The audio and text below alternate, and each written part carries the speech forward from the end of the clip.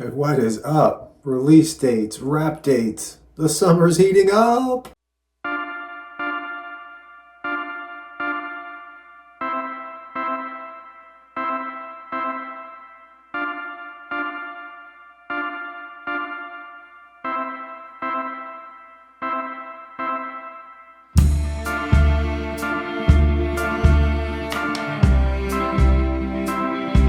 Happy 248th birthday, USA.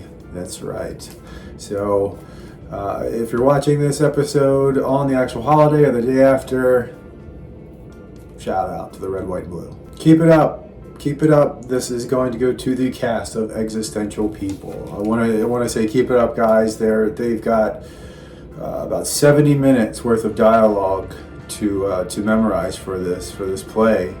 And they're off script except for like a line or two. So we go live on our first show next Thursday. But I do want to I'm going to talk a little bit more about that on the casting updates. But just to really keep it up to Richard, Chad, and Jason, and our director Forrest. So just their performances are getting so much stronger. You can tell they're just having more fun with the dialogue, and it's really cool to see. As almost like I'm in the play, but not as much as them. So I'm kind of seeing it all transform from the outside, and it's really cool the way the evolution of it has gone in terms of the first night where we read, and what we've got going on now. So if tickets are still on sale, if you just find a way, so keep it up, guys. Richard Gamble, Jason DeMasso, Chad Tyler, and Forrest Calloway, the director of Existential People, and the cast. So great job, guys. Viewer Mailbag goes out to a new subscriber, Aussie1F. Just signed up and became a Jinxer a couple days ago. And be sure to look out for more J Jinx Films material coming your way. Movie picks of the week: Devil in the Flesh from 1998, Rose McGowan. It was kind of like The Crush. It was all right. It was, late 90s good stuff. A Crooked Somebody. This was okay. Kind of a con artist getting. Just another con artist story, but it was pretty decent. Once Upon a Time in America. Whew. Yeah, it's the first time you're seeing that. Yeah, it was beautiful. Back in Springfield again, so right back into the Kingstown Plaza. Check out another movie at their awesome theater there. And I did see, not Inside Out 2, which I thought I was, but I wound up seeing Quiet Place Day 1. And I saw the previous Quiet Places in the theater. And I don't know. I don't know what draws me to this. I don't even think they're that great. And well, the first one I was so much asking questions in my head. I kind of got distracted. It was just like, huh? And the second one I saw is an even funnier story. I saw it at the Historic Star Theater in West Virginia. I did one of my little self vacations and took off to West Virginia, and this must have been 2021. And I saw Quiet Place Part 2 there. And the funny story is that the theater was like a real old, historic theater, but it was so small. Yeah, 6'2". I wedged in there as best as I could. Without realizing it, my right leg, I had to just go to the bathroom so bad. I tried to hold it, but the movie just kept going. And my right leg had fallen so much asleep that when I got up to go to the bathroom, fucking went right down. The theater wasn't that crowded, but I had no idea. It felt like it was paralyzed. It was unbelievable. So I said, what am I going to do? Piss my pants in the theater here? Or how do I get up? So I had to just kind of kick it out to the side. Wait for my leg to get feeling back into it so I could hobble to go take a piss or a Quiet Place. And that was that story. So Quiet Place Day 1, meteors started falling. I mean, I could give some spoilers away or whatever, but fast forward if you don't want to. But meteors were falling, and I was like, oh, I guess this is it. This is how the creatures and stuff get here. But you don't really know. And a lot of people were into the lore of Quiet Place, and I guess they got suckered into some of the marketing, which makes sense. It seems like they were marketing it as origin stories or something, but you didn't really learn anything. It was just one of those things where it was just like, did we need this story, or I don't know. I don't know what the intention was. The acting was good. I mean, it was just a nice, almost like a dystopian thriller as opposed to a quasi-alien invasion. I still don't know. And they blew the shit out of the bridges, but so I don't know if the meteors just fell on the island in New York, or I don't know. And if you see the movie and you find all those answers, I guess let me know. But I don't know. I don't know.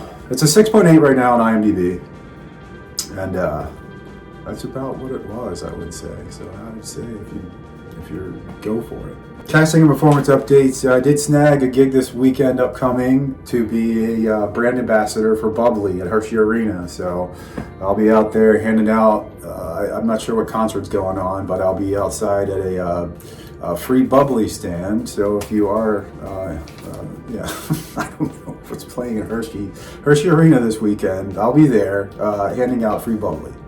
Yeah, less than a week away from the premiere of Existential People, and it feels really cool to be on stage for the first time. Now I did play one of the shepherds to Jesus, and I was 10, and I was there when Jesus was crucified, and I was there when he arose. I was one of the shepherds. I was there following him, I guess, and I had the painted on beard. That was the last time I acted on stage. It was a Sunday school play, and I had a drawn-on beard, and look how it is, 34 years later, the real beard. And that is a dream role, though. Remember, I dream roles for me are playing The Witcher, playing Geralt of Rivia, and a Lucifer or some kind of demon character on The Chosen. I think I would represent very well on that show. Pale blue skin, bright blue eyes, black hair, and just taller than everybody. I think that would be a very good representation of the show. The Chosen is fantastic, that show. We're less than a week away from opening night of Existential People, and right in DC, in Adams Morgan, and at the Delirium Theater, and it's gonna be wild, man. Yeah, it's gonna be wild. All nude cast, and here's a picture of me. This is gonna be my costume minus the underwear, obviously. So it's just gonna be, what is that, Borat or something similar? Yeah, but full mask on. Chiron's gotta look intimidating, but it's come to see this. And then the actors on stage will be all nude the entire play. So it's a lot of fucking courage to do that, and a lot of it's just a lot of dedication, man, to put yourself out there for an entire hour on stage, fully nude, in front of strangers, and then rehearsing line or redoing lines. So they're doing a great job. Tech rehearsal is on Monday morning. We're gonna kind of take kind of next couple days, rehearse our lines individually, and see each other on Monday morning, and really start nailing this thing come Thursday night. And really ready to rock it. Breaking into news, Sarah Ford. We've kind of got the filming dates for her locked down, and that would be August 11th in Ellicott City. And that would put the wrap on Principal for Chapter 1. So like we said last week, it kind of happened at the tail end of the week where Sarah was able to come on. So just want to say, enjoyed working with her so much on In Unison. She brings just that incredible work ethic. Sarah's the kind of person, and this is true on multiple occasions, where she'd have to film and then go to a play later that day. So she manages her time so efficiently where she can do job to job and still be on point. So great job, Sarah. You're setting the bar in terms of what to really go for in terms of the dedication to this industry. And I talked with Stephanie Bailey. So we're looking at Out of My Dreams, premiered on August 16th or 17th.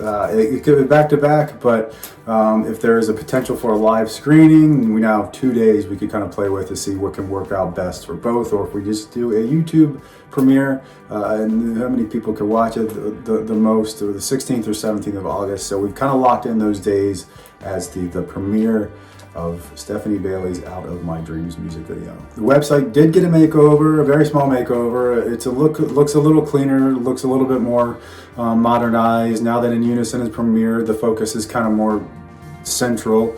You kind of click on the filmography and kind of go into each little bracket. So Out of My Dreams in chapter 1, still have to get some links set up to it, but everything kind of else takes you to the direct portals and souvenir shop. Now you can see slated for fall 2024. I just have too many things bouncing around for me to say like something like the Jinx film shop that's not going to generate a lot of income yet. And it's really close. You can kind of see the thread. You can kind of see here. It's kind of a preview of what it's going to look like, but before I put energy into that, I'd want to make sure that I just kind of get a lot of other kind of things rolling first. So we're looking at a fall 2024 now. I finally admit to myself to say that the focus needs to be elsewhere. Yep, so chapter 1, some more marketing's coming to that, but links to that and Out of My Dreams come kind of behind the scenes and some other information that we could put on there to start generating buzz for those particular pieces. But having said that, so this is 4th of July, internally I just always think, well, now the year is officially halfway done, and we're now tiptoeing into the peak, and then we're riding down the back half of 2024, and that is good news for me. The first half of 2024 has been a nothing short of a roller coaster ride, but mostly on the scary parts. But let's take a look at kind of the perspective of the rest of this year, man. It's not nearly as intense as we had last year between principal filming, over to Puerto Rico, right back in time the day before rough cut screening. It's nothing going to be like that. August is simply chapter 1 wrapping principal photography and then premiering Out of My Dreams, the music video. September is all going to be about chapter 1, editing, scoring, and promoting and marketing, as well as the casting and final story elements of the third part of the Legends of Burkittsville trilogy. October, Prime Month, the 25th anniversary, Blair Witch Project premiered July of '99, but let's just say for the sake of this Halloween time, 25th anniversary of the Blair Witch Project. That'll come along with the release of the third and final installment of Legends of Burkittsville, and also the world premiere of chapter 1, the tentative release date of that. We may put all those together for one giant horror fest in October. Who knows? That would be awesome. But that's what's going on in October. November is going to be Jinx Films Weekly number 100, and I'm sure that'll be a star-studded episode there. I'm anxious to do a feature gallery or a covers gallery and kind of go through all previous 99 covers and kind of like a blast video too. So a bunch of really cool stuff I'm sure is coming for Jinx Films Weekly 100. That's in November. The year ends with the second annual Ho Ho Ho Hell Yeah holiday special, and that is kind of the basic calendar for the rest of the year with a bunch of variables still stuck in there. So by the end of this year, Jinx Films would have released quite a bit between the Preludes, Legends of Burkittsville, 98 Dead Tapes, In Unison, and then we've got Chapter 1, our first music video, and then the Legends of Burkittsville trilogy concluding. So it's plenty for us to do, and always seeking new adventures, and that's and with the back half of 2024 starting now, I'm more excited than I was about a month ago, now that I can kind of see some light coming. So thank you for everything, guys, and I will see you next time.